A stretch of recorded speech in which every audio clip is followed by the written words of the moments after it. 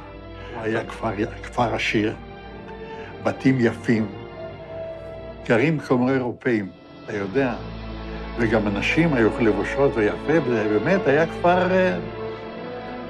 אחד אנס שם איזה ילדה בת 16, משהו כזה, אתה מבין, אבל זה מכוער מאוד, היה לנו בחור אחד ונפטר, הוא היה פרא אדם, הוא לקח פשוט תוך המכלאות, הם היו מכלאות, איזה חוטי ברזל כאלה, עגולים כאלה, אספו כל הגברים, הם יושבים שם כולם על הרצפה, ובא מישהו ולוקח תת מקלע ומתחיל זה, מחליף מחסנית, מה אתה חושב זה? אבל אנחנו לא היינו כאלה. הוא היה יוצא דופן הבחור הזה, כן, מה שהוא עשה. והשתיקו את הדבר הזה, והיו חבר'ה שלקחו את הלוויורים ורדפו אחרי חבר'ה ושרפו אותם. זה היה משהו זוועתי, וזה אסור לספר, אני לא אדבר על זה, כי זה יכול להיות סקנדל שלם. אני לא רוצה לדבר על זה, וזהו. 3-4 חודשים הראשונים הייתי רוצח.